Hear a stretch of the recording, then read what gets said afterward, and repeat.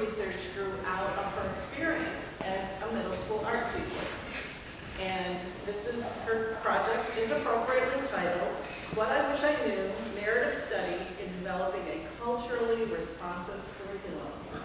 And she did a very hands-on project in creating zines, which could be distributed to new and in-service art teachers to learn about curriculum models, which they could then apply in their own classrooms. So Blair, welcome, and I'll turn it over to you. All right, can you hear me? Yes. Sweet. Thank you so much for that intro, and thank you for everyone being here today. I know it's been a long time coming, but we're here. We're almost there. So I'm just going to get straight into it. That's okay. Right. So my project, What I Wish I Knew: A Novice Teacher's Journey, and exploring 3 contemporary curricular models. Really, this was kind of a journey of just looking back at my time as a teacher. I taught kind of in the beginning of COVID, so a lot of it was a blur. And really looking at my time and using culturally responsive curriculum, because it's something I switched to about 3 months into teaching, and it really helped me as a teacher in my classroom. And just trying to create something and provide something for future educators that could be beneficial in terms of culturally responsive curriculum. And I know most of us in here are educators and probably have some idea what culturally responsive curriculum is. For those who don't, just kind of a brief definition. How I like to define it is basically you're teaching to the culture of your students, right? You're using their surroundings, kind of the context of the community and the school, their relationships, pop culture, political discourse, social discourse. You're kind of using everything that surrounds them to inform your teaching. There's a more formal definition, which I'll get to, but that's how I kind of see it. It's just teaching to your students and what they like and their interests and their experience. So my project was kind of divided into 2 parts. One was that reflection part. So as a novice art teacher, what kind of challenges, successes, and opportunities did I encounter in implementing a culturally responsive curriculum with my middle school students?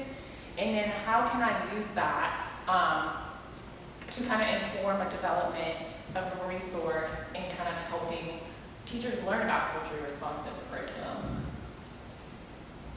So for that, I use the methodology of artography.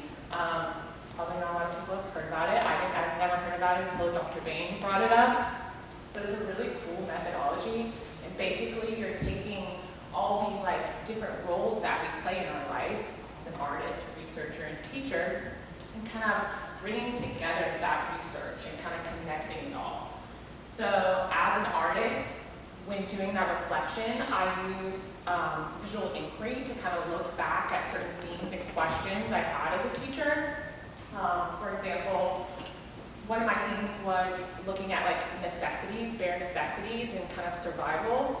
And when I think of bare necessities, right, I kind of just think of food, shelter, water, right, camping, kind of survival. But when you're a student and you're trying to survive in kind of this school setting that we have today, the list grows, and it kind of makes you think okay, what about access to technology, access to Wi-Fi? That was something we really struggled with during COVID.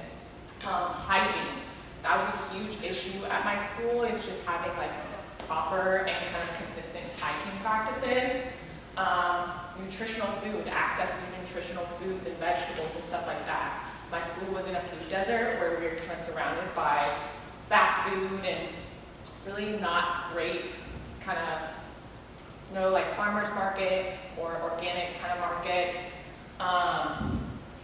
And then just the list can grow. I've talked a lot about kind of play and how play is so necessary for adolescent development, and that's something that really lacks in our educational institutions. And so all these things are necessary just to survive today for students. And so the list just continues to grow, and it's something kind of crazy to think about. And then as a researcher, I really was just trying to expand on what I knew about culturally responsive teaching. When I was in the midst of using it, I didn't really know I was using it. I had never heard the term until I kind of just happened upon it, and I was like, oh, that's what I'm doing. And so when coming into this program, my goal was kind of just to really learn more about it, and I learned that it's a really expansive topic, and there's so much more to it than what meets the eye. You can talk about culturally relevant teaching, culturally sustaining teaching. It kind of can be used as an umbrella for a lot of different inclusive and responsive curricular frameworks, which I'll get into. And then as a teacher, kind of the role of like, how am I going to relay this, right? I kind of have to find a way to disseminate all this information and what I've experienced and learned through this journey. And so all these things kind of came together through this methodology. So it's really just about connecting all these roles that we have. And so to kind of bring it all together, right, I used the theoretical framework of care theory. And I was originally attracted to this framework based off Olivia Spear's project from last year. She used care theory. And just trying to understand the foundation of relationships and how we create relationships, how they affect us, how they shape us, the ethics of them. You can really get into the nitty-gritty of it.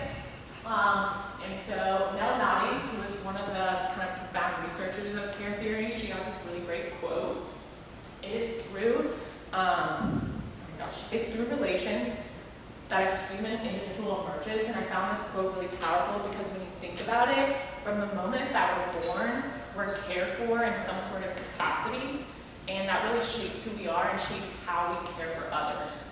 So care theory, I think, is a really important kind of idea, especially when it comes to education, when you're talking about the relationship between a teacher and a student. And based off what our society is in now, I think care theory can kind of help shift that mindset of how we deal with education in that relationship. All right, and so I have my research question, I have my theoretical framework. Now I kind of had to narrow down my topics a little bit, and I decided to specifically focus on curriculum frameworks. And I kind of like to see curriculum frameworks as a lens in which we teach, right? A lot of times in K through 12 schools and public education, you kind of already have a bit of a set curriculum that you're supposed to use, right? Specific essential questions, you're supposed to use certain standards, right? You're not really building a curriculum from scratch. You kind of have a little bit of a basis there. And so curriculum frameworks are kind of there to just help support it and kind of help you keep track with the purpose of what you're teaching. It can help with kind of keeping lessons consistent and have quality and meaningful lessons. They're really just there as a support mechanism. And so I looked specifically at 3, right? Culture responsive, which we talked about a little bit earlier. This is the more formal definition from the researcher Gloria Ladson-Billings, who's one of kind of the profound essayists on culturally responsive teaching. And then I also looked at abolitionist teaching and social justice education. And abolitionist teaching is this approach and kind of practice where it really focuses on the restoring of humanity through education and kind of hopes for educational freedom for all students. And I think people get a little freaked out over abolitionist teaching because they're like, they're going to tear it down. I like to see it as more as building back up in a more equitable way. So yes, you are tearing down, but sometimes things just need to be knocked down and built back up. So I don't think it's scary. I think people just get freaked out when they don't really understand the purpose. And then social justice education really focuses to aim and promote for advocacy. And I like to see it as not only advocating for your students as a teacher, but also teaching them advocacy and how to kind of stand up for themselves and make sure they know their rights and how to use them properly and with art. And then this last little section is zines. I put this in there in my lit review because when thinking about how to disseminate what I wanted to learn or what I wanted to get out to the world, I wanted something that was kind of easy, teachers can just grab, it was easy to read, it was useful, it was something that could always just sit on their desk And I thought zines were appropriate because historically, they've always been kind of this DIY kind of resource for kind of underrepresented, marginalized groups. And so I thought it was kind of fitting for teachers, and just something that's just useful and that's fast, because everything's fast when you're teaching. All right, so these are just a few snippets from the zine I made. This is kind of what it looks like right now. I'm in the process of like fixing the formatting for printing, but once I do, everyone will get a copy, I promise. But these are just some of the pages. So I started the zine with a letter to my past self, and just talking and kind of reflecting on the mistakes I made as a first-year teacher, because I made a lot. But that's important, we learn. And then I kind of go into describing what a curricular framework is, how it can be useful, and how it relates to art education. And then I went into the 3 different curriculum frameworks. So this is just a snippet of the culturally responsive teaching one, just defining what it is, kind of how it affected me in my classroom, and then how it relates to art education is really important. With a letter to my future self. I'm not really sure what my path will be after I graduate. I hope to be back in a classroom, and I'm sure I will make mistakes in that classroom as well, but it's a learning process, and I hope to continue this journey of kind of understanding culturally responsive teaching and just like keep pushing. And then I also added additional resources of kind of people that I follow and who I find inclusive and responsive in their classroom. So there's a few websites and people to know in the back. But yeah, that's just some little snippets. And then some key takeaways. This was really hard to kind of like condense, so I tried to keep it really short and sweet. So some of the few things that I learned. One, there are so many ways to learn. I think in our kind of educational institution, it's way too formalized, and we think that the only way to learn is writing an essay or taking a test, where really I learned that reflection can be a learning process, meditation, play. There's so many aspects that I feel like we haven't reached yet in schools that could be so beneficial. And then baby steps.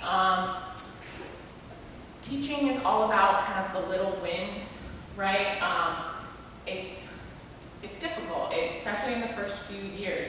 And so these are things that are not gonna like change your classroom immediately. It's not something that you can just overhaul and expect it to work. It's really about the small incremental changes that really kind of create a successful classroom.